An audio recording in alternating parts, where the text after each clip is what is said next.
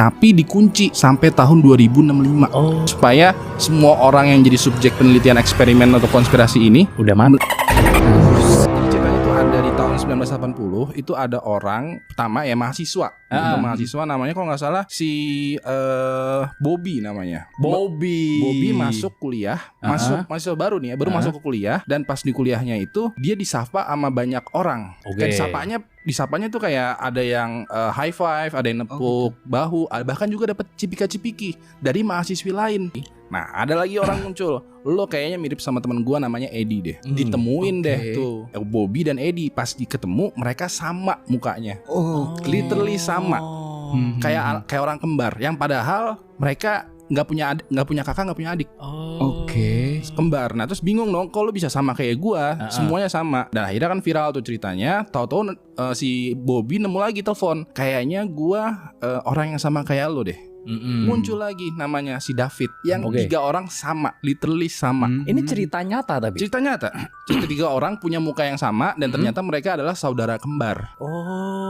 Nah, sengaja dipisahin. Dan itu ada teorinya, semuanya ada dokumennya. Dan itu penelitiannya udah berhenti tapi dikunci sampai tahun 2065. Supaya semua orang yang jadi subjek penelitian eksperimen atau konspirasi ini udah mati.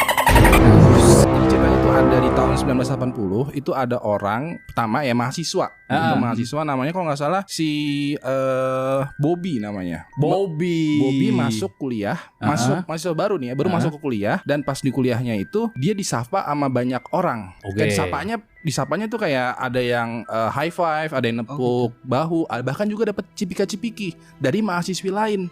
Nah, ada lagi orang muncul. Lo kayaknya mirip sama teman gua namanya Edi deh. Ditemuin deh tuh Bobby dan Edi. Pas ketemu mereka sama mukanya. Literally sama. Kayak orang kembar. Yang padahal mereka nggak punya kakak, nggak punya adik.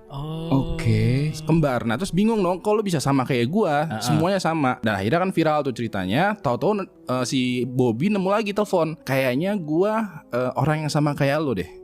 Muncul lagi namanya si David. Yang 3 orang sama, literally sama. Ini cerita nyata tapi. Cerita nyata.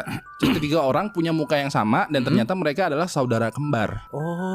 Nah, sengaja dipisahin. Dan itu ada teorinya, semuanya ada dokumennya. Dan itu penelitiannya udah berhenti tapi dikunci sampai tahun 2065.